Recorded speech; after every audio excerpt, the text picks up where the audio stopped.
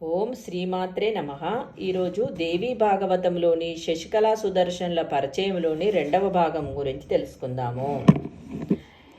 శశికళ ఇంత స్పష్టంగా ఖచ్చితంగా చెప్పి తన మందిరానికి వెళ్ళిపోయింది. వైదర్భీదేవి పూసగుచ్చినట్లు విషయమంతా భర్తకు నివేదించింది. ఏమి చెయ్యడమా అని ఆలోచనలో పడ్డాడు సుబాహుడు. రేపు స్వయంవరమనగా శశికళ ఒక వేద పండితుడిని పిలిచి పాదపూజలు జరిపించింది. మహారాజుకు తెలియకుండా తమరు భరద్వాజాశ్రమానికి వెళ్ళి రావాలి అంది. అక్కడ సుదర్శనుడికి స్వయంవరం సంగతి చెప్పండి, రేపటికి బయలుదేరి రమ్మనండి, నేను అతన్ని తప్ప మరెవ్వరిని వరించను, అతడికే మనసు మీద కట్టాను, ఇది దేవీ సంకల్పము, స్వప్నంలో కనిపించింది చెప్పింది. అప్పటి నుంచి అతడి కోసం ఎదురు చూస్తున్నాను, అతడు రాకపోతే ఇంత విషం మింగి అగ్నిలో దూకుతాను, అంతే, ఆదిపరాశక్తి సంకల్పానికి తిరుగుండదు, ఆ దైవ బలాన్ని నమ్ముకొని రేపు స్వయంవర సమయానికల్లా వేదికకు దయచేయమని నా మాటగా చెప్పురండి, ఇంకా ఏమేమి చెప్తారో ఎలా చెబుతారో మీ ఇష్టము, రేపు అతడు రావాలి, అంతే, క్షేమంగా వెళ్ళి లాభంగా రండి అని పంపించింది. విప్రుడు వెళ్ళి చెప్పి వచ్చాడు. సుదర్శనుడు స్వయంవరానికి వెళ్ళాలని నిర్ణయించుకున్నాడు. భరద్వాజుడు ఆమోదించి ఆశీర్వదించాడు. బయలుదేరుతున్న కొడుకుని చూసి మనోరమ కంగారు పడింది. నాయనా సుదర్శన, ఎక్కడికి ప్రయాణం? రాజమండలిలోక? అక్కడికి యుధాజిత్తు కూడా వస్తాడు తెలుసా? ఏకాకిగా దొరుకుతావు, నీ వెంట ఒక్కడంటే ఒక్కడు సహాయకుడు లేడు. వద్దు నాయనా, వద్దు, వెళ్ళకు, నన్ను దిక్కులేని దాన్ని చెయ్యకు, నీ మీదనే పంచప్రాణాలు పెట్టుకొని ఉన్నాను, నువ్వే నాకు ఆధారము, నువ్వు పెరిగి పెద్దవాడవై కళ్ళ ఎదుట కదలాడుతుంటే అంతే చాలు, దయచేసి నన్ను హతాశురాలిని చెయ్యకు, నా తండ్రిని చంపిన ఆ క్రూరుడి చేతికి నువ్వు చిక్కకు. అమ్మా, భయపడకు, జరగవలసింది జరుగుతుంది, దానికి విచారం ఎందుకు? అదీ కాక జగన్మాత ఆదేశం మీద వెడుతున్నాను, అన్నీ ఆవిడే చూసుకుంటుంది, మనకేమీ భయం లేదు, క్షత్రియాంగనవయ్యుండి నువ్వు ఇలా బెబ్బేలు పడటం సముచితం కాదు.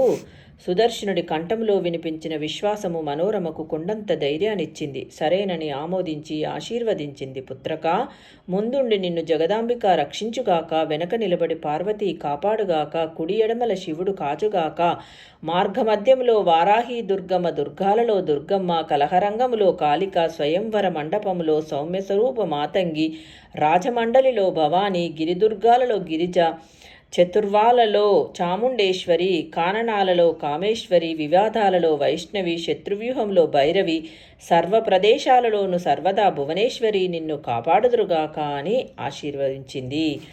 ధైర్యం కూడగట్టుకొని దీవించింది.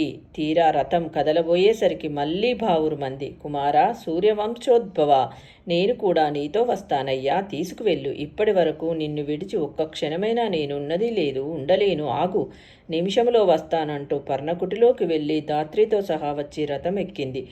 భరద్వాజాదులందరూ మనస్ఫూర్తిగా శుభం పలికారు, జయం పలికారు. జైత్రరథం వారణాసి చేరుకుంది. కాశీనరేశ్వరుడు సుబాహుడు సాదరంగా స్వాగతం పలికారు. రఘూద్వహుడిని విడిదిలో దింపారు. పరిచర్యలకు సేవకులను నియోగించాడు. వివిధ దేశాల నుంచి రాకుమారుడు చాలామంది వచ్చారు. మనుమడు శత్రుజిత్తును వెంటబెట్టుకు యుధాదిత్యు వచ్చాడు.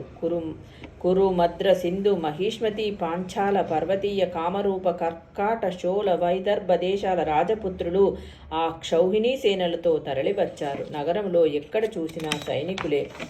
విడిది గృహాలన్నీ నిండిపోయాయి. స్వయంవరాన్ని చూడడానికి వచ్చిన దేశ విదేశాల ప్రేక్షకులకు అంతే లేదు. రాకుమారులు కలుసుకొని కాలక్షేపం కబుర్లు చెప్పుకుంటున్నారు.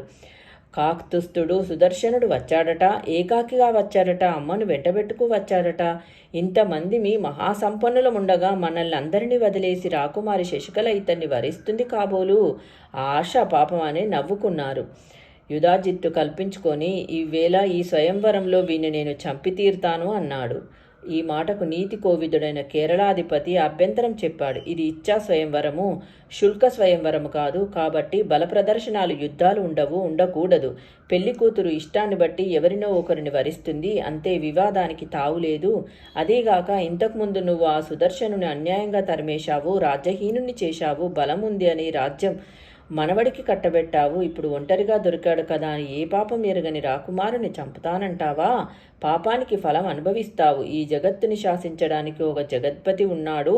వాడు అన్నీ గమనిస్తూ ఉంటాడు. సమయం వచ్చినప్పుడు తగిన శాస్తి చేస్తాడు. ఎప్పటికైనా సరే ధర్మమే జయిస్తుంది, అధర్మం జయించదు.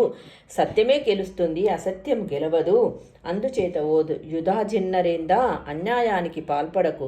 దుష్టాలోచనలు, పాపిష్టి బుద్ధులు వదిలిపెట్టు. నీ మనవడు శత్రుజిత్తు వచ్చాడు కదా, అతడు రూప యౌవన సంపన్నుడేగా. రాజ్యం ఉంది, సంపద ఉంది ఏమో, శశికళ అతన్నే వరిస్తుందేమో. అప్పుడు కలహం పెట్టుకుంటావా మరి?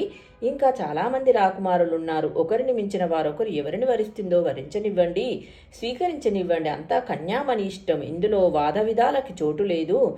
పరస్పర విరోధాలు, కలహాలు ఇప్పుడు ఇక్కడ జరగడానికి వీలు లేదు. నేను అంగీకరించను. కేరళాధిపతి మాటలకు యుధాజిత్తు క్రుద్ధుడయ్యాడు. నీతులు చెబుతున్నావు, బాగానే ఉంది. మాకెవ్వరికీ ఆ మాత్రం తెలియదనుకోకు. యోగ్యులు ఇంతమంది ఉండగా అందరినీ కాదని ఆ కన్యామని అయోగ్యుని వరిస్తే చూస్తూ ఊరుకోమంటావా? అది అన్యాయమేనా? నీకు రుచిస్తుందేమో కానీ మేము సహించం. సింహానికి దక్కవలసిన భాగాన్ని నక్క ఎత్తుకుపోవడానికి వీల్లేదు. ఈ కన్యారత్నానికి సుదర్శనుడు అర్హుడు కాదు. విప్రులకు వేదం బలం, క్షత్రులకు ధనుర్నాథం బలం. ఇది నీతి, ఇందులో అన్యాయం ఏమీ లేదు. మరొక్క మాట చెబుతున్నాను, మీరంతా వినండి. క్షత్రులకి బలమే శుల్కం కనుక బలవంతుడే గ్రహించాలి కానీ కన్యామని బలహీనుడు గ్రహించడానికి వీలు లేదు. కాబట్టి సుబాహుడు పుత్రికారత్నాన్ని ఫలంగా పెట్టి స్వయంవరం జరపవలసిందే. మరోలా జరిగితే యుద్ధం తప్పదు. ఈ గర్వోక్తులతో రాకుమారులలో కలకలం బయలుదేరింది. వాద వివాదాలు చెలరేగాయి. కత్తులు దూశారు. అంతలోనే శాంతించారు. కూడబలుక్కొని ఒక నిర్ణయానికి వచ్చారు. సభా మధ్యంలోకి సుబాహుణ్ణి పిలిపించారు. హే రాజన్, మేమంతా స్వయంవరానికి వచ్చాము. ఇచ్చా స్వయంవరం అని ప్రకటించావు. నీతి తప్పడానికి వీలు లేదు. నువ్వు అసలు ఏం చేయదలుచుకున్నావో చెప్పు. సమాహిత చిత్తంతో స్పష్టంగా చెప్పు. దాపరికం వద్దు. మీ అమ్మాయిని ఎవరికి ఇవ్వదలుచుకున్నావు? నీ మనసుకి నచ్చిన వాడెవడు? స్పష్టంగా చెప్పి మా కలహాల్ని వారించు. ముక్తకంఠంగా రాకుమారులందరూ ఇలా అడిగేసరికి సుబాహుడు తన అభిప్రాయం ప్రకటించాడు. రాజపుత్రులారా, మా అమ్మాయి సుదర్శనుని మనసా వరించింది. నేను ఎంతగానో వారించాను, ప్రయోజనం లేకపోయింది. నాకైనా ఈ విషయం స్వయంవరం ప్రకటించాక తెలిసింది.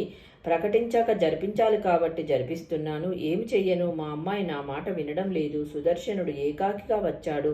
చీకు చింత లేకుండా విడిదిలో కూర్చున్నాడు. నేనే అతడికి ఆహ్వానమూ పంపలేదు. ఏ దేశానికి రాజని పంపుతాను? సుబాహుడి అభిప్రాయం విన్నాక రాకుమారులు మళ్లీ సమాలోచనలు జరిపారు. ఈసారి సుదర్శనుని పిలిపించారు. ఒంటరిగా వచ్చాడు. శాంతంగా సౌమ్యంగా వచ్చి కూర్చున్నాడు. రాకుమారులు ప్రశ్నించారు.